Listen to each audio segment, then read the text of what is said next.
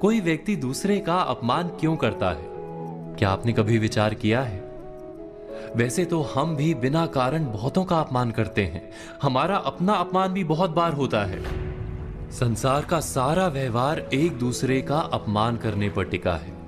जैसे पति अपनी पत्नी का अपमान करता है, पिता अपनी संतानों का अपमान करता है, नौकरी देने वाला अपने नौकर का अपमान करता है, अर्थात जो भी बलवान है वो निर्बल का अपमान करता है।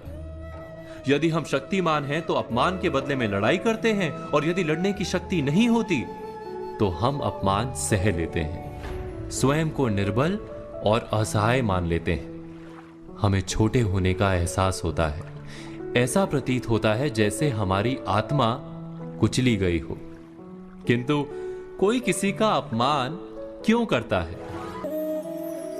हम विचार कर रहे थे कि जब अपमान होता है तो मनुष्य को अपनी निर्बलता का एहसास होता है, और निर्बलता का बोध मनुष्य को कुचल देता है। वो अधिक से अधिक निर्बल बन जाता है, अत्याचार सहने की आदत सी पड़ जाती है, आत्मविश्वास का नाश हो जाता है। और जब आत्मविश्वास नहीं होता तो मनुष्य शराब और जुए जैसे व्यसनों में सुख ढूंढता है, मन से रोगी बन जाता है।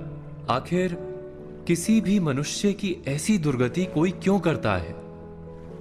अपमान करने वाला वास्तव में क्या सिद्ध करना चाहता है? कभी गहराई से विचार किया है? हम विचार कर रहे थे कि कोई भी मनुष्य किसी का अपमान क्यों करता है।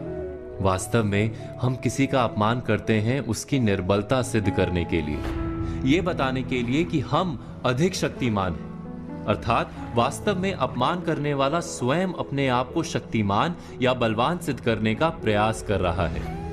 अपमान करने वाला हकीकत में अपनी शक्ति से आश्वस्त नहीं है, उसे अपनी शक्ति पर भरोसा नहीं है।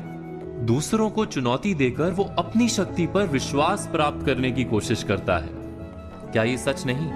हम बात